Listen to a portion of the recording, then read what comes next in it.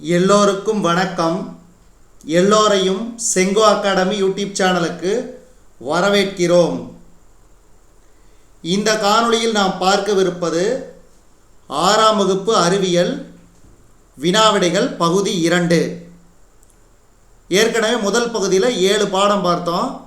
இந்த 2வது பகுதியிலையும் 7 பாடம் பார்க்க போகிறோம். இன்னொரு பகுதி இருக்குது. மொத்தம் 3 பகுதி. இதில் 2வது பகுதி. ஒரு பொருளை வெப்பப்படுத்தும் பொழுது அதிலுள்ள மூலக்கூறுகள் வேகமாக நகரத் தொடங்கும். 2வது கேள்வி, வெப்பத்தின் அலகு ஜூல். ஜூல். அடுத்து 3வது கேள்வி பாருங்க. 30 டிகிரி செல்சியஸ் வெப்பநிலையில் உள்ள 1 லிட்டர் நீரும் 50 டிகிரி செல்சியஸ் வெப்பநிலையில் உள்ள 1 லிட்டர் நீரும் ஒன்றாக சேரும் பொழுது உருவாகும் நீரின் வெப்பநிலை ஏறக்குறைய 40 டிகிரி செல்சியஸ். ஏன்னா 30 20 கூட்டினா 80. அப்போ என்ன ஆகும்? அப்போ இது 50 டிகிரினா 30 டிகிரினா அப்போ என்ன ஆகும்? 40 டிகிரியாக ஈக்குவல் ஆயிரும் ஹீட்டு. அடுத்து 50 டிகிரி செல்சியஸ் வெப்பநிலையில் உள்ள ஒரு இரும்பு குண்டினை 50 டிகிரி செல்சியஸ் வெப்பநிலையில் உள்ள நீர் நிரம்பிய முகவையில் போடும் பொழுது வெப்பமானது இரும்பு குண்டிலிருந்து நீருக்கோ அல்லது நீரிலிருந்து இரும்பு குண்டிற்கோ செல்லும். அடுத்து கோடிட்ட இடங்களை நிரப்புக. வெப்பம் வெப்பநிலை அதிகமான பொருளிலிருந்து குறைவான பொருளுக்கு பரவும். பொருளின் சூடான நிலையானது வெப்பநிலை கொண்டு கணக்கிடப்படுகிறது. வெப்பநிலையின் எஸ்ஐ அலகு கெல்வின். வெப்பப்படுத்தும் பொழுது திடப்பொருள் விரிவடையும், குளிர்விக்கும் போது சுருங்கும்.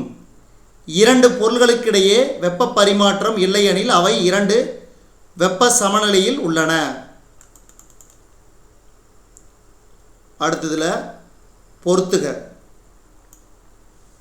வெப்பம்னா ஜூல், வெப்பநிலை கெல்வின், வெப்ப சமநிலை வெப்ப பரிமாற்றம் பனிக்கட்டி 0 டிகிரி செல்சியஸ், கொதிநீர் 100 டிகிரி செல்சியஸ். அடுத்த பாடம் வேதி ஆற்றலை மின்னாற்றலாக மாற்றும் சாதனம் மின்கலன். மின்சாரம் தயாரிக்கப்படும் இடம் மின் உற்பத்தி நிலையம். அடுத்து பாருங்க, இந்த படத்தில் மின்கல அடுக்கின் சரியான குறியீடு ஆப்ஷன் ஏ ப்ளஸ் மைனஸ். அடுத்து கீழ்கண்ட மின் சுற்றுகளில் எதில் மின்விளக்கு எரியும்? ஸோ இந்த மாதிரி படம்லாம் கேட்க போகிறதில்ல. கீழ்கண்டவற்றுள் எது நற்கடத்தி? வெள்ளி. வெள்ளி. அடுத்த கேள்வி, கோடிட்ட இடங்களை நிரப்புக. மின் கடத்தி பொருள்கள் தன் வழியே மின்னோட்டம் செல்ல அனுமதிக்கின்றன. அடுத்து ஒரு மூடிய மின் சுற்றினுள் பாயும் மின்சாரம் மின்னோட்டம் எனப்படும். சாவி என்பது மின் சுற்றை திறக்க அல்லது மூட உதவும் சாதனம். மின்கலனின் குறியீட்டில் பெரிய செங்குத்து கோடு நேர்முனையை குறிக்கும். 2 அல்லது அதற்கு மேற்பட்ட மின்கலன்களின் தொகுப்பு மின்கல அடுக்கு ஆகும். அடுத்து இந்த பாடத்தில் பொறுத்துக்க கொடுத்துருக்குறான் பாருங்க. மின்கல அடுக்கு இந்த மாதிரி இருக்கும். ஒளிராத மின்விளக்கு இந்த மாதிரியும், திறந்த சாவி இந்த மாதிரி ஓப்பன் கேட், ஒளிரும் மின்விளக்கு இந்த மாதிரியும், மின்கல அடுக்கு இந்த மாதிரி இருக்கும். ஸோ அடுத்தது பனிக்கட்டி நீராக உருகும் போது ஏற்படும் மாற்றம் நிலை மாற்றம். ஈரத்துணி காற்றில் உலரும் போது ஏற்படும் இயல்பியல் மாற்றம். அடுத்து பால் தயிராக மாறுவது மீளா மாற்றம். கீழுள்ளவற்றில் விரும்பத்தக்க மாற்றம் பருவநிலை மாற்றம். காற்று மாசுபாடு வழிவகுக்கும். இது ஒரு மனிதனால் ஏற்படுத்தப்பட்ட மாற்றம், அதான் காற்று மாசுபாடு. அடுத்து காந்தம் இரும்பு ஊசியை கவர்ந்திழுக்கும். இது ஒரு மீள் மாற்றம். அடுத்து முட்டையை வேக வைக்கும் போது மீளா மாற்றம் நிகழ்கிறது. அடுத்து நமக்கு ஆபத்தை விளைவிப்பவை விரும்பத்தகாத மாற்றங்கள். அடுத்தது தாவரங்கள் கரியமிலவாயு மற்றும் நீரை சேர்த்து ஸ்டார்ச் உருவாக்குவது இயற்கையான மாற்றம். பட்டாசு வெடித்தல் ஒரு வேகமான மாற்றம். விதை முளைத்தல் என்பது ஒரு மெதுவான மாற்றம். பாருங்க, பால் தயிராதல் மீளா மாற்றம், மேகம் உருவாதல் மீள் மாற்றம், ஒளிச்சேர்க்கை இயற்கையான மாற்றம், நிலக்கரி எறிதல் மனிதனால் ஏற்படுத்தப்பட்ட மாற்றம், குளுக்கோஸ் கரைதல் மீள் மாற்றம், உணவு செரித்தல் மீளா மாற்றம், உணவு சமைத்தல் விரும்பத்தக்க மாற்றம், உணவு கெட்டுப்போதல் விரும்பத்தகாத மாற்றம், தீக்குச்சி எறிதல் வேகமான மாற்றம், பூமி சுற்றுதல் மெதுவான மாற்றம். அதே மாதிரி குழந்தைகள் வளருதல், கண் சிமிட்டுதல், துருப்பிடித்தல், விதை முளைத்தல். இதில் வேகமான மாற்றம் எதுனா கண் சிமிட்டுதல். அடுத்து பால் தயிராதல் வேதியியல் மாற்றம், முடி வெட்டுதல் மனிதனால் ஏற்படுத்தக்கூடிய மாற்றம், மண்ணெண்ணெய் எரிதல் வேதியியல் மாற்றம். அடுத்து 4வது பாடம், காற்றில் நைட்ரஜன் சதவீதம் 78%. தாவரங்களில் வாயு பரிமாற்றம் நடைபெறும் இடம் இலைத்துளை. இலைத்துளை. காற்று கலவையில் எரிதலுக்கு துணை புரியும் பகுதி ஆக்சிஜன். உணவு பதப்படுத்தும் தொழிற்சாலையில் நைட்ரஜன் பயன்படுத்தப்படுகிறது, ஏனெனில் உணவுப் பொருளை புதியதாகவே இருக்கும்படி செய்கின்றது. காற்றில் உள்ள நைட்ரஜன் மற்றும்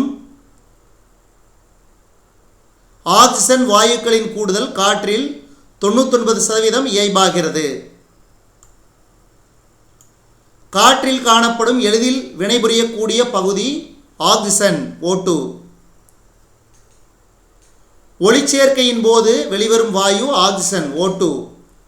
சுவாச கோளாறு உள்ள நோயாளிகளுக்கு கொடுக்கப்படும் வாயு ஆக்சிஜன் O2. இருண்ட அறையினுள் வரும் சூரிய ஒளிக்கற்றையில் தூசு பொருட்களை காண முடியும். CO2 கார்பன் டை ஆக்சைடு வாயு சுண்ணாம்பு நீரை பால் போல் மாற்றும். அடுத்து பொறுத்துக. இயங்கும் காற்று தென்றல் காற்று. நாம் வாழும் அடுக்கு அடிவளி மண்டலம். வளிமண்டலம் ஓசோன் படலம். ஆக்சிஜன் எரிதல், கார்பன் டை ஆக்சைடு ஒளிச்சேர்க்கை. அடுத்த 5வது பாடம், செல்லின் அளவை குறிக்கும் குறியீடு மைக்ரோமீட்டர்.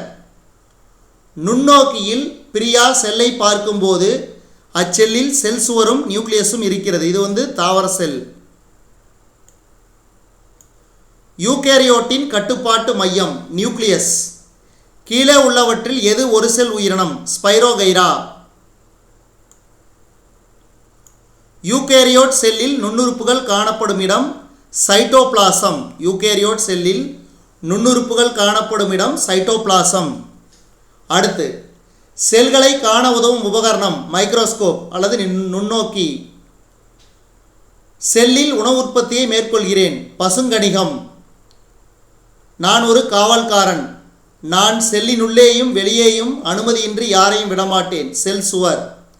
செல் என்ற வார்த்தை உருவாக்கியவர் ராபர்ட் கூக். நெருப்புக்கோழியின் முட்டை மிகப்பெரிய தனி செல். பாருங்க, கட்டுப்பாட்டு மையம் நியூக்ளியஸ், அதாவது உட்கரு.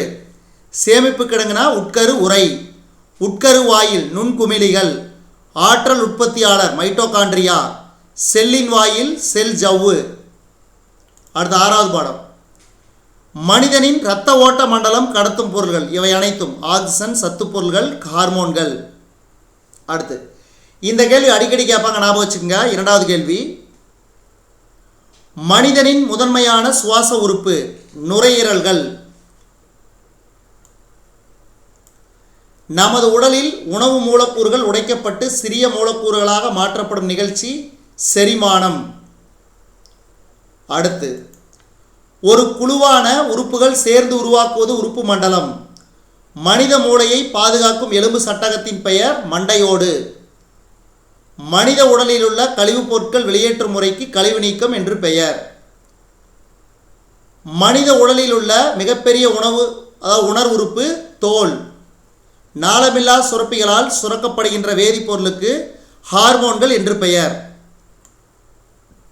அடுத்து காது ஒளி. எலும்பு மண்டலம் உள்ளுறுப்புகளை பாதுகாக்கின்றது. உதரவிதானம் தட்டையான தசை. இதயம் இதயத்தசை. நுரையீரல்கள் நுண் காற்றுப்பைகள். அடுத்து இதில் 7வது பாடம், உள்ளீட்டு கருவி அல்லாதது ஒளிப்பெருக்கி. மைய செயலகத்துடன் திரையை இணைக்கும் கம்பி VGA. உள்ளீட்டு கருவி சுட்டி. கம்பி இல்லா இணைப்பு வகையைச் சேர்ந்தது ஊடலை. விரலி ஒரு சேமிப்பு கருவி. அடுத்து பொறுத்துக. காணொளி படவரிசை இணைப்பு வடம், அருகலை கம்பியில்லா இணைப்பு, அச்சுப்பொறி வெளியீட்டு கருவி, விசைப்பலகை உள்ளீட்டு கருவி, மிகுதிறன் பல்லூடக இடைமுகப்பு, LED தொலைக்காட்சி. நன்றி, வணக்கம்.